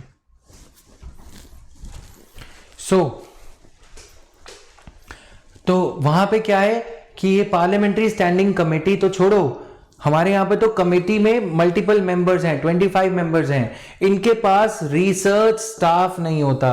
रिसर्च स्टाफ का मतलब होता है कि जो स्कॉलर्स हैं, जो लॉ की डिग्री कर रहे हैं या जो बिल्स वगैरह पे वॉच रखना चाहते हैं, इनके पास वो ही नहीं होते. ठीक है, दैट इज लाइक, अगर इनके पास सपोर्ट स्टाफ नहीं है, इनकी लाइब्रेरी अच्छी नहीं है. हमारी कंट्री में लाइब्रेरी से ज्यादा अच्छी कैंटीन है. Can you imagine? List of books in the library is shorter than list of items on the menu of the canteen. हाँ, ये ठीक है. तो ये सारी प्रॉब्लम्स हैं जिसकी वजह से पार्लियामेंट्री स्टैंडिंग कमिटीज अच्छे से काम नहीं कर पाती. ठीक है, तो मैं कुछ कुछ पॉइंट्स तुम्हें लिखवा देता हूं इसमें से.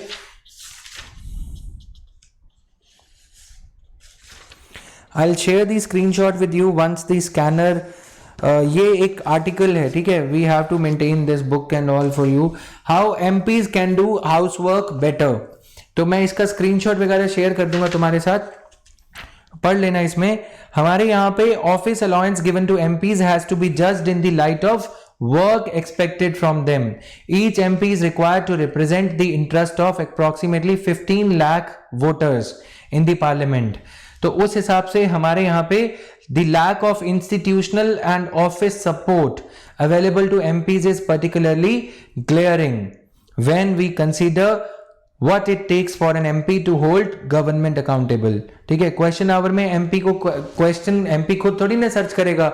अब imagine Bhagwant Mann researching on questions instead of comedy चुटकुलाज. कहाँ पॉसिबल होगा? नहीं पॉसिबल होता है ना. तो ये सारी चीजें जो हैं, थोड़ा रिफाइंड वे में ये आर्टिकल थोड़ा देख लेना. तो वहां पे इसको कंपेयर किया गया है कि टिपिकली इन यूनाइटेड स्टेट्स, लिख लो इसको गाइज, खासकर पबैड वाले और पॉल साइंस वाले. In United States a legislator is provided office space next to Congress and a staff of about 18 to 60 senate employees. ठीक है, 18 हाउस ऑफ रिप्रेजेंटेटिव्स में, 60 सेनेट में. एक मेंबर ऑफ पार्लियामेंट को, एक लेजिस्लेटर को 60 रिसर्चर्स की, फेलो रिसर्चर्स की सपोर्ट मिलती है. हमारे यहाँ पे while doing these protests and all, I happen to visit Rahul Gandhi's, ये क्या है, नेहरू, जहां पे भी ये कांग्रेस का हेडक्वार्टर है. तो वहां पे I saw he had a team of around 50-60 law interns. Politics में कोई डिग्री कर रहा है, कोई सोशियोलॉजी से डिग्री कर रहा है. तो ये बताया जाता है वहां पे, जो हमने देखा, we were the protesters and all. तो हमारे क्वेश्चन को कैसे फ्रेम करके रखा जाएगा, उसके लिए वो लॉ इंटर्न्स ये बताते हैं उनको कि अगर आप ये बोलोगे तो आपके इस कमेंट का सोसाइटी पे क्या इंपैक्ट होगा. अगर आप ये बोलोगे तो आपकी पुरानी सरकार ने ये किया था, उसकी वजह से मीडिया इस बात को इस लेकर आपकी टांग खींच सकता है.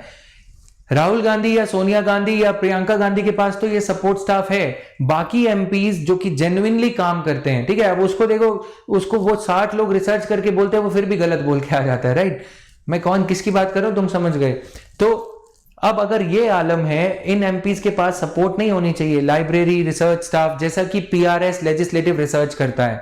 ठीक है, उन्होंने एक प्रोग्राम लाया था, पीआरएस लेजिस्लेटिव रिसर्च का एग्जाम्पल मैं दे रहा हूं, LAMP programme, LAMP fellowship programme. उसमें क्या था, आई हैड पेड 25,000 रुपीज. जिन लोगों को यूपीएससी में पबैड ऑप्शनल है और ये सब, वो थोड़ा सा क्राइटेरिया रखते हैं, even if you are paying them, so you will be attached to a member of parliament. ठीक है, एक मेंबर ऑफ पार्लियामेंट से आपको अटैच कर दिया जाएगा एंड आप उनको उनके कामकाज में हेल्प करोगे. ठीक है, तो ये सब चीजें कुछ कुछ वहां से भी सीखी मैंने. थोड़ा टाइम में गया, उसके बाद लगा कि यार नहीं, आइए ऐसे ठीक है, इनके पीछे कुछ कौन घूमे. तो वो ये एक प्राइवेट इनिशिएटिव है. ठीक है, पीआरएस लेजिस्लेटिव रिसर्च क्या करता है, एमपीज के साथ में फेलो रिसर्चर्स को अटैच कर देगा, और वो एमपी जो जो आपको बोलेगा उसकी कॉन्स्टिट्यूएंसी में क्या चल रहा है, न्यूज़पेपर्स आप सर्च करोगे, उसके क्वेश्चन फ्रेम करने में हेल्प करोगे. ये तो एक प्राइवेट इनिशिएटिव है जो कि एमपीज को पीआरएस लेजिस्लेटिव रिसर्च, पीआरएस काफी फेमस वेबसाइट है जो कि बिल्स पे ड्राफ्ट वगैरह लेके आती है, और ये प्रोवाइड करते हैं. क्या ये सारी चीजें बड़ी बड़ी टोयोटा कैमरीज और ये सब कारों के अलावा ये चीजें नहीं प्रोवाइड करनी चाहिए। अब वहां पे जब अब्राहम लिंकन या कोई भी उनकी डिबेट्स उठा के देख लो, यूएसए की, यूके की, तो इंसाइटफुल होती हैं। हमारे यहाँ पे चुटकुले, 56 इंच का सीना, मैं ये करूंगा, they fight like cats and dogs, right. इसी वजह से पार्लियामेंट्री स्टैंडिंग कमेटीज में भी ये सारी चीजें पीछे हट जाती हैं, ठीक है।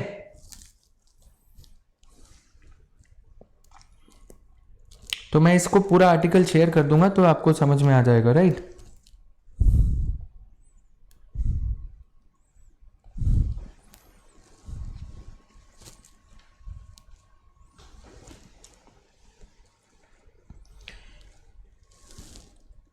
मैं ये शेयर कर दूंगा, डोंट वरी। वो उसमें कुछ ज्यादा फैक्ट्स नहीं है, उससे ज्यादा फैक्ट्स मैंने बता दिए तुम्हें।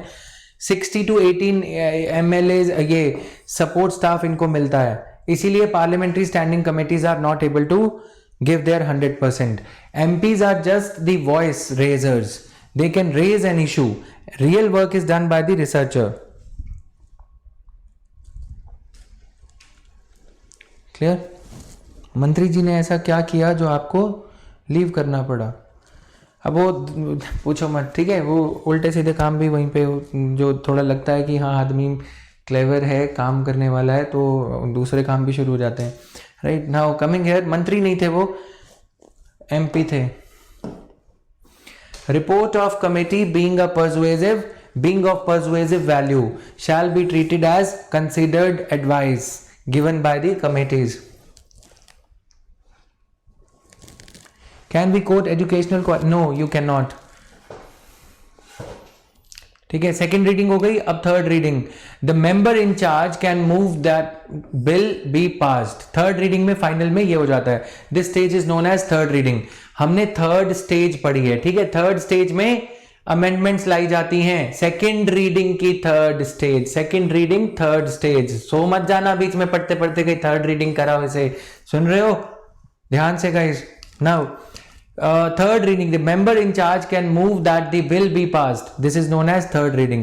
At this stage, the debate is confined to arguments either in support or rejection of the bill. अब clause by clause discussion यहाँ पे नहीं होता। third and final reading में बिल को पास किया जाता है। Only formal, verbal and consequential amendments are allowed to be moved at this stage. In the passing of an ordinary bill, a simple majority of members present and voting is necessary. But in the case of a bill to amend the constitution, a majority of total membership of the house and a majority of not less than 2/3 of the members present and voting. ठीक है, ordinary bill के case में, constitution amendment के case में special majority चाहिए होती है।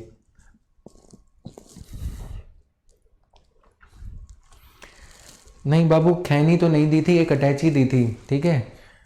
एक सूटकेस दिया था, उसमें बहुत सारे पैसे थे, ठीक है। और उसमें से बोला था कि 10% तुम्हारा, ये जाके डिलीवर कराओ। किया भी, बहुत बार किया भी, ठीक है। लेकिन फिर अंतरात्मा जो है जवाब दे जाती है, राइट। बिना 10% के किया। और भी सुन लो, जट तुम है, समझ रहे हो ना। ये सब कामों में उल्टे सीधे काम करने पड़ते हैं, बट जायज़ काम के लिए, और किसी से दबते नहीं है। तुम कहाँ से हो? साकेत। अब समझ जाओ डिफरेंस, मैं इससे ज़्यादा नहीं बोलूँगा। Now after the bill is passed by one house, ये खैनी वाला किस्सा ना वहाँ का है जहाँ से तुम हो। Now it is sent to the other house of the concurrence with a message to that effect. After the bill is passed by one house and there is also there, देखो दब के नहीं रहता, मैं सीधा बता रहा हूँ। जो पहले वाली कंपनी थी ना जहाँ पे मैं काम करता था, वहाँ के CEO की भी रात को 2-3 बजे गाली वाली दे दी थी, ठीक है। I will not go in too deep into that thing. फालतू का रोब नहीं सहा जाता, ठीक है। इसलिए I feel better, I feel good that I am on the other side of the grass which seems to be greener while you get into civil services. Now if the house accepts the amendments, if any, proposed by the other house, the bill is deemed to have been passed by both the houses. Now,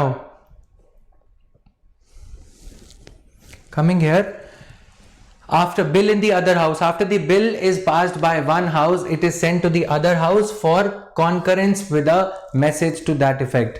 Bill is passed in one house, फिर दूसरे house में speaker, अगर लोकसभा से ये bill Rajya Sabha में जा रहा है तो स्पीकर एक मैसेज भेजेंगे, please consider the bill and pass it as soon as possible. If the house rejects the amendments proposed by the other house, or the other house does not pass the bill for 6 months, in case of Lok Sabha and Rajya Sabha, ordinary bill अगर 180 दिन तक 6 महीने तक अगर एक bill नहीं पास होता, a deadlock occurs wherein the president can summon a joint sitting of the two houses.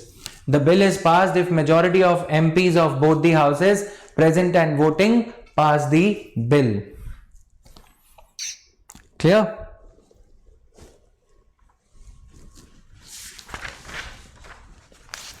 देखो मैं ना एक चीज बता रहा हूं, जब कभी फ्री होगे, ये है, ये काफी पुरानी है, इसके 2-3 वॉल्यूम निकाले थे इंडियन एक्सप्रेस ने, अगर आप लोग ये थोड़ा सा ले सको, ठीक है, कहीं से अभी तो मिलेगी नहीं, इसके बाद उन्होंने निकालनी ही बंद कर दी, तो very insightful collection of very insightful articles written by Pratap Bhanu Mehta and other people who were writing these articles.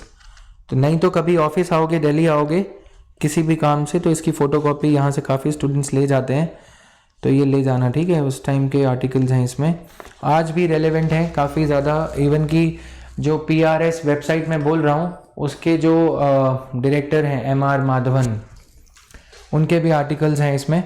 Will try sending this to you via photostat the select list of articles, ये ज़्यादा सही रहेगा। Will send the hard copy of those articles और soft copy after scanning, ठीक है। अब team वाले बोलेंगे हमारा काम बढ़ा दिया सर ने, जोश में होंगे कल, और बोल दिया बच्चों को। अब बच्चे क्या करेंगे, तुम लोग क्या करते हो, टेलीग्राम पे सारा दिन लगे रहोगे, वो इंडियन एक्सप्रेस वाली रेड कलर की बुक जो सर ने दिखाई थी, फिर इसका स्क्रीनशॉट भी आ जाएगा जो अभी मैंने दिखाया है ना, तुम कम थोड़ी हो। अभी मैनिफेस्टो में अगर नेता ने बोला था 15 लाख आएंगे, किसी ने पूछा MyGov.app क्या लिखते हैं जो अभी MyGov ऐप पे कि भैया ये बोला था कब आएगा, है ना, नहीं पूछते तुम। यहाँ पे देखो पीछे पड़ जाओगे, अब कल 2-3 दिन में आएगा, ये कोई दिमाग मत खाना वहां पे, ठीक है, टीम को कोई नहीं पूछेगा ऐसे। Now in a general sense any bill that relates to revenue और expenditure is a financial bill. Finance bill एक बार डिस्कस कर लेते हैं। कोई भी bill that relates to revenue और expenditure is a financial bill, इसको ठीक कर लेना। फाइनेंस बिल होता है जो बजट की अदर साइड होती है, ठीक है। Expenditure side of the budget is called appropriation bill, ठीक है।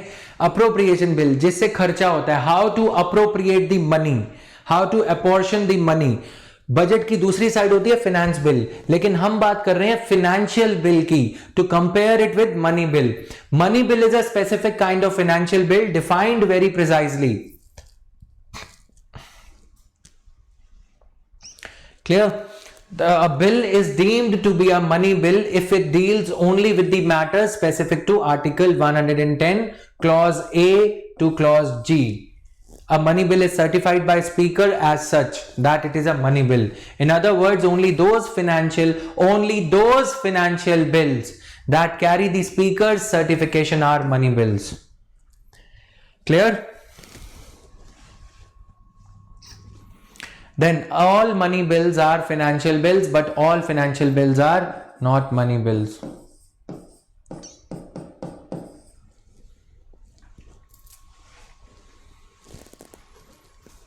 ठीक है, या इसका वेन डायग्राम बनाए तो कैसे बनेगा, this is how it will look.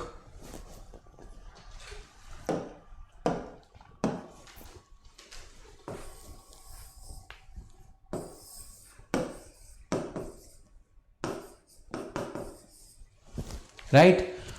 All money bills are financial bills, but all financial bills are not money bills. Only those financial bills which deal purely with the matters of money are financial bills or money bills. ठीक है,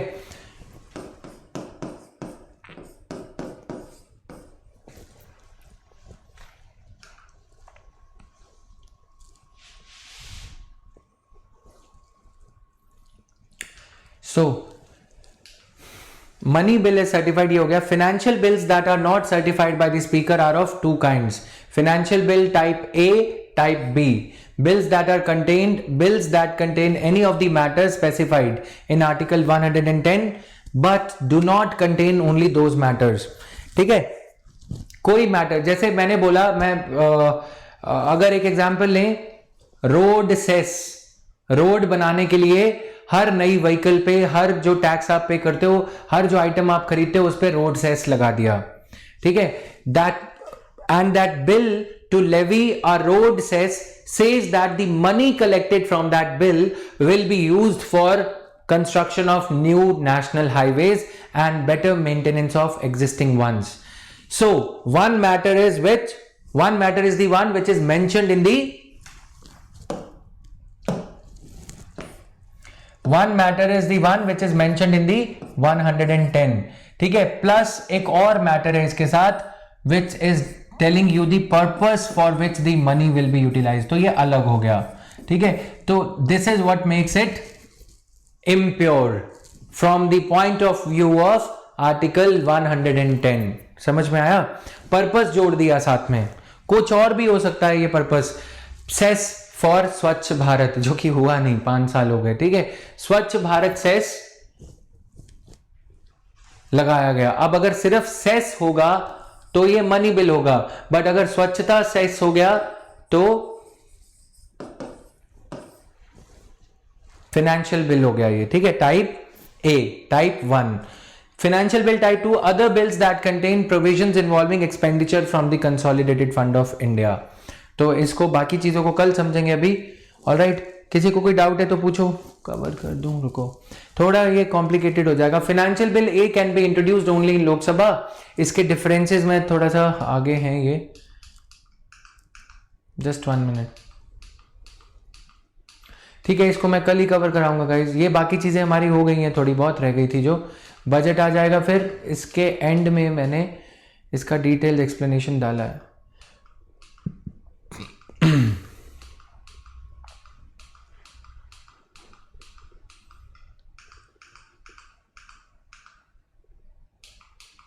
इसको पढ़ लेना जिन लोगों को अच्छा लग रहा था पॉलिटी। ठीक है, just a minute, let me check.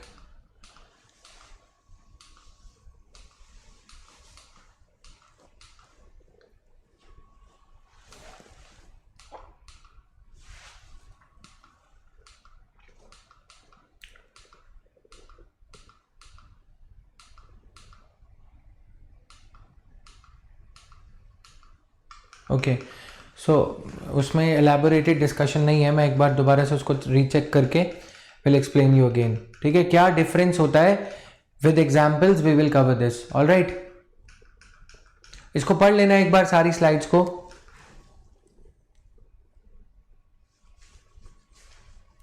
एक बार और नहीं है, उसमें कुछ pre legislative consultative politics policy होता है। लेजिस्लेशन को एक्ट बनाने से पहले जो पॉलिसी लाई जाती है, जो पॉलिसी लाई गई कि हर लॉ लोकसभा में इंट्रोड्यूस होके भी, अगर हो गया है लोकसभा में इंट्रोड्यूस, या लोकसभा में इंट्रोड्यूस या पार्लियामेंट में इंट्रोड्यूस होने से पहले उसको 3 महीने तक, for up till 3 months, that will be put up on the website of the concern ministry for public comments. ठीक है, कोई भी नया रिफॉर्म लाया जाएगा तो उसको पब्लिक के कमेंट्स के लिए अपलोड किया जाएगा। तो this is what takes Indian democracy closer to what we call as referendum, direct democracy. अब डायरेक्ट डेमोक्रेसी तो क्या होता है, वहां पे लंदन में या यूके में या स्वीडन वगैरह में लोग उस बिल को पास करते हैं। गवर्नमेंट एक फेसबुक पोस्ट जैसा होता है ना हमारी कंट्री में, वैसा सा एक पोस्ट क्रिएट करती है, फेसबुक पे नहीं, सरकारी वेबसाइट पे। तो लोग उसे अपने सिटीजन नंबर से अप्रूव करते हैं या डिसअप्रूव करते हैं। अगर वहां पे 10,000 पिटीशंस, 10,000 सिग्नेचर्स ऐसे आ गए जो उस बिल को डिसअप्रूव करते हैं, तो गवर्नमेंट को वो बिल डिस्कार्ड करना पड़ता है। ठीक है, वो बिल कंसीडर नहीं होगा। अगर कोई ऐसा मैटर है जिसपे गवर्नमेंट ध्यान नहीं दे रही और 10,000 लोगों ने उस पे पब्लिक सिग्नेचर कैंपेन कर दिया, तो सरकार को वो बिल कंसीडर करना, वो मैटर कंसीडर करना पड़ेगा और मिनिस्टर कंसर्न्ड को उस पे जवाब देना पड़ेगा। समझ में आया? Minister would be answerable, public questions वहीं से बनते हैं। तो वहां पे ये सिस्टम है। हमारे यहाँ पे क्या है, हमारे यहाँ पे मिनिस्टर बिल ला देते हैं। अभी जैसे ब्रेग्जिट हुआ, यूके में, वो ब्रेग्जिट का क्वेश्चन रेफरेंडम के वे से रेफर किया गया जनता को, और लोगों ने वहां पे उसके खिलाफ वोट किया या अगेंस्ट वोट किया या फेवर में वोट किया, उसके बेसिस पे ये डिसाइड किया जाएगा कि वो बिल पार्लियामेंट में पास होगा या नहीं, जनता क्या चाहती है उसके बेसिस पे।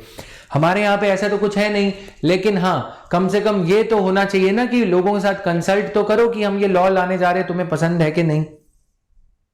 Even if that thing is not going to be binding on the government can proceed in a direction contrary to what people are saying, ये भी तो हो सकता है ना, लेकिन हमारे यहाँ ऐसा नहीं है।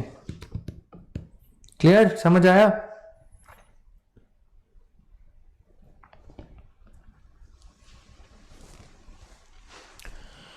All right guys, thank you everyone.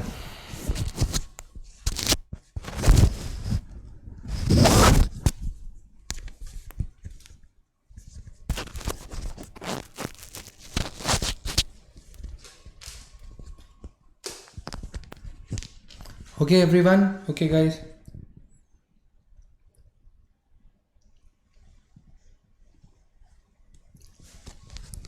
Yes guys, any other doubt? All right.